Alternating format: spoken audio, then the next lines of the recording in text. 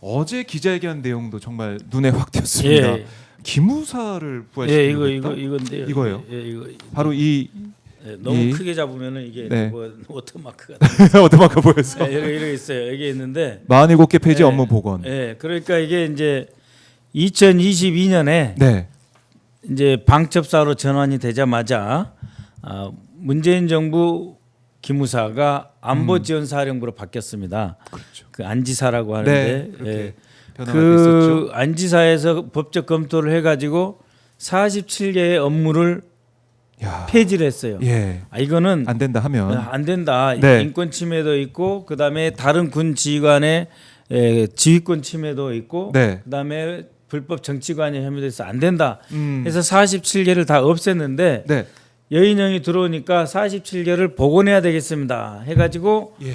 첫 번째로 나온 것들이 22개 업무. 22개 업무. 2022년도에 이미 복원한 12개 업무. 12개 업무. 이 12개 업무는 네, 사진도 저희가 준비해 방첩사가 놨습니다. 예. 바로 복원을 했는데 네. 이미 복원을 했지만 더 강화해야 된다. 아. 그래서 이걸 공세적 수행 방안이라고 네. 해서 추가로 해요. 공세적 수행 방안. 그러니까 22년에 그 부대 혁신 TF에서 네. 47개 중에서 우리가 빨리 복원을 시킵시다. 예. 그래서 12개를 복원을 했는데 네. 그 복원한 것 중에서 야, 이 정도 갖고 안 돼. 안 더 된다. 세게 해서 공세적 수행 방안으로 나온 거예요. 아. 그게 이제 저 임무예요. 근데 예. 저거는 이미 그 이전에 다 불법이라고 해서 폐지를 살려서 하고, 예. 다시 살려서 조심조심 하고 있는데 야, 그렇게 안 돼. 더 세게. 아. 한 게 이제 22년도 복원 업무 가운데 예. 12개는 더 공세적으로 하겠다라고 하는 거고 그 중에 12개는 공세적으로. 그다음에 나머지 네. 이제 47개 중에 12개 빼면 35개가 35개. 남잖아요. 35개 중에서 네. 25개는 다시 하자. 다시 하자. 예, 그거는 지난번에 2022년도에 예. 우리가 빼놓은 건데 어허. 빼놓지 말고 다시 하자. 그 47개 중에 예. 35개가 있으니까 다시 다 추려봐 가지고 여인형이 오니까 다시 하자라고 하는 그 다시 하자 조치가 오늘 제가 이제 발표를 할 예정입니다. 다시 하자는 조치도 네. 이따 이제 기자회견 통해서 네, 하실 근데 텐데. 이제 여기서 말씀드릴 거는 네. 47개 중에 12개 22년도에 복원한 업무 있잖아요. 그거는 굳이 명분을 찾으면 해도 될까 말까 한 거를 이제 했던 건데 아, 그래도 안 될 것 같은 제가 안 될 거예요. 예, 근데 이거 더 보니까- 세게 이름만 바꿔서 예. 예를 들면 그때 과거에 불시 보안 점검 임무를 네. 불시하면 기무사 아무도 업무. 가면 되니까 네. 수시로 하자. 그다음에 뭐 군 획득 관계자는 네, 정기적으로 정기관. 감시하자 이런 거거든요. 어. 그 획득 관계자. 근데 그 이거 획득 민간인 관계자는 사찰인데 안 뭐가 된다. 있냐면은 예. 군만 있는 게 아니에요. 군이 방산업체 사람을 만나잖아요. 그렇죠. 그러면 군 획득 관계자를 정기적으로 관찰한다는 것은 민간인도 사찰한다는 거예요. 그러니까 군 획득 관계자 정기 관찰 이름을 바꿉니다. 비리 제보 협조자 선정 및 운용. 그러니까 교묘하게. 협조자를 월 80만 원 A급, B급은 월 50만 원씩 주고 매달 해서 예. 정기적으로 관리하면서 군 획득 관계자를 정기 관찰하는데 이 예. 관찰의 대상은 군인만 있는 게 아니에요. 무기를 획득하려면 방산업체 사람하고 만나는 장면 그렇죠. 다 찍어야 되잖아. 그래서 결국 민간인 사찰이라는 민간인 이유로 사찰. 폐지됐던 걸 다 살리고 아. 그렇게 해서 병사 대상 방첩 설문이 있는데 예, 세 저거는- 번째 네. 그냥 방첩 설문에서 병사들한테 계속 이념주의를 하는 거고 그런 식으로 해서 쭉 내려오는 겁니다. 지금 보니까 폐지 사유를 쭉 보면 민간인 사찰, 인권 침해, 사생활 침해 뭐 이런 것들로 해서 폐지가 됐는데 예. 그거를 살려. 다시 살렸고 여인형이 들어오니까 다시 살린 것이 그 중에서- 아니라 예. 더 중점적으로 더 공세적으로 시행해라 하는 게 이제 윤 정부 들어 부활한 불법 업무가 예. 22년에 부활을 했는데 네. 더 공세적으로 집행할 방안으로 해서 더 세졌어요. 이거는. 그러면 이게 지금 이렇게 세진 상태, 그다음에 네. 아까 이제 이따가 좀 발표하실 그 내용들 이게 좀 아직 살아 있는 거죠, 다. 지금 살아있어요. 살아있는 지금 거죠? 진행되고 있어요.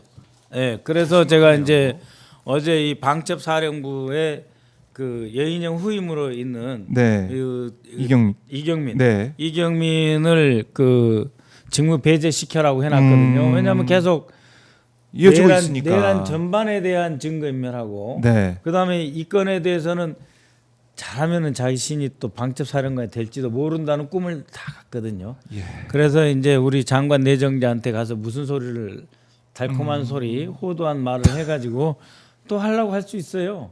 그러니까 그렇네요. 증거는 인멸하고, 그다음에 이렇게 불법 업무는 확대했는데 오히려 그 사람을 그래도 방첩사 잘 아는 사람을 통해서 예. 방첩사를 개혁해야 된다 했고 그 사람 또 방첩사령관이 될 수도 있어요.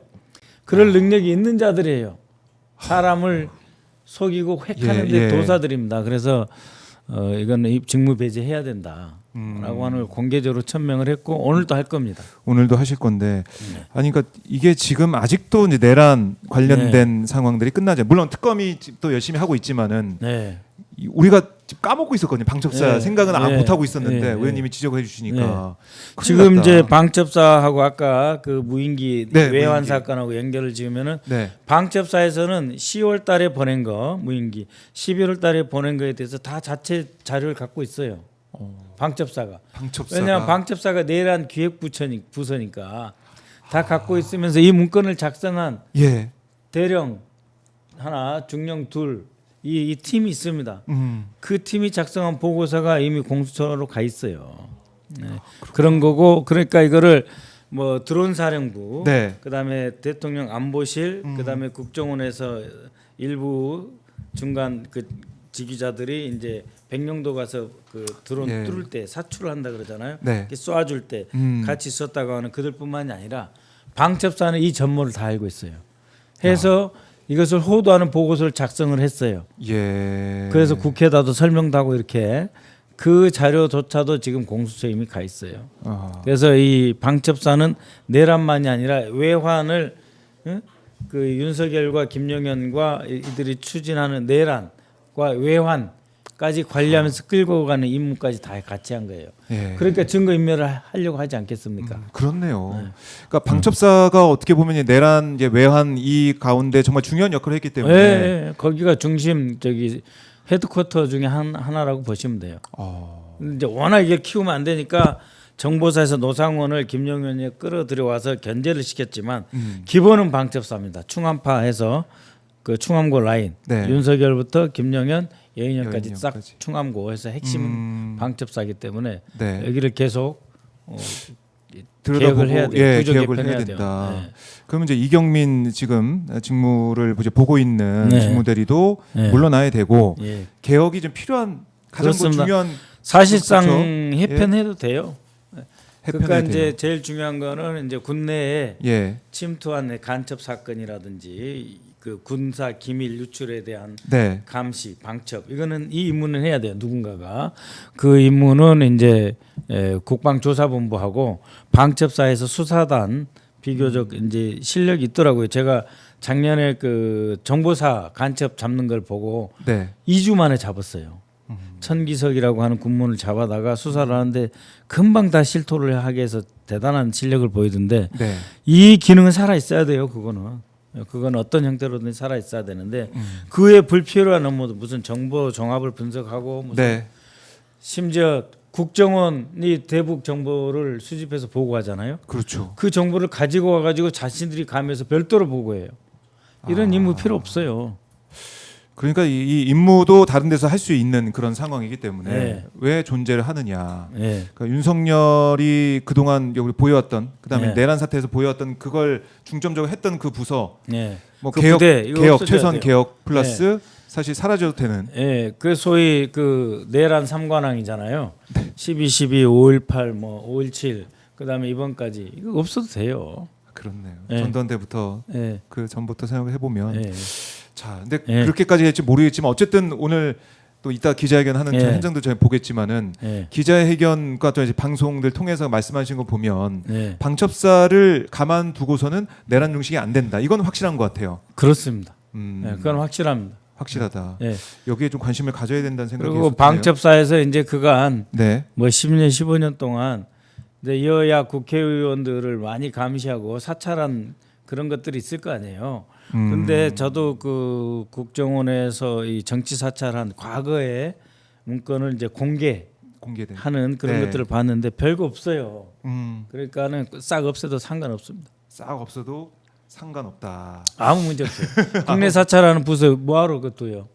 예, 그리고 이제 국방위원들 저를 포함해서 네. 국회 국방위원들 그다음에 정보위원들 감시하고 그러는데 음. 그런 거 겁먹을 필요 없이 싹 네. 없애도 자신들이 뭐 협박을 할 거예요. 뭘 할 거예요. 국회의원들 상대로. 겁먹을 필요 없습니다. 싹 없애야 돼요. 싹 다 없애야 된다. 네. 그러니까 이 개혁을 이게 하다 보면 또 하려고 하면 네. 좀 그런 게 있어요.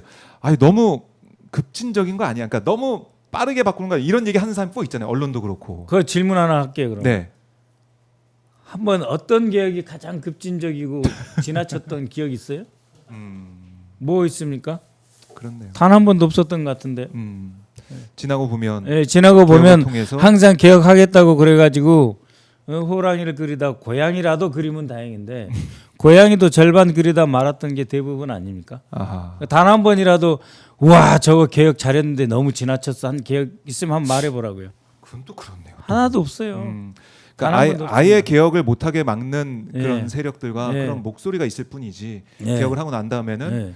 잘했다는 얘기가 나오고 없고 아니 바뀌었다. 만날 이야기하는 게 그 김영삼 때 예. 저기 그 하나회 없앤다 하나회, 하나하고 예, 그다음에 금융실명제. 금융실명제 그거 하나 빼고는 개혁다운 개혁 한 게 있냐고요. 아. 그다음에 그럼 성공했다고 하는 하나의 척결하고 음. 금융실명제 잘못했습니까? 잘했잖아요. 그 이외에 개혁이 과도한 개혁이 뭐가 있어요? 단 한 건도 없어요. 제 기억에는. 저도 뭐 김대중 정부 그다음에 문재인 그다음 노무현 정부 다 지켜봤지만 아쉽게도 네. 정말 쌈박하게 잘했다는 기억에 남는 거 없어요. 항상 중도에 좌절됐습니다. 아. 그래서 방첩사도 없애도 돼요. 이재명 정부 출범 이후에 네. 검찰 개혁 우리가 계속 외치고 네. 있지만은 네. 정말 개혁 확실하게 빠르게 잘 해야 된다 이런 말씀을 하시는 것 같아요. 그래서 그렇죠. 네. 네. 그래서 사람들이 이제 여러 인사에 음, 대해서도 이제 걱정을 하는 것이에요. 걱정을 하고 있고 네. 아마 그것도 대통령실에서 또 이재명 대통령도 네. 다 듣고 그 오로지 이제 경청을 하고 있을 것 같아요. 대통령님만 믿는 거예요. 우리 국민들과 지지자는 저를 포함해서. 맞습니다. 그래서 저희 뭐 댓글로도 이재명 대통령 믿습니다 이런 예, 말씀을 좀 많이 하고 그 계신데 가운데 누구로 믿지 마십시오. 오로지 이 대통령님만 네. 믿고 우리는 갑니다. 그러게 말입니다. 이재명 대통령 믿고 가면은 개혁의 예. 길로 가는 것이고 예.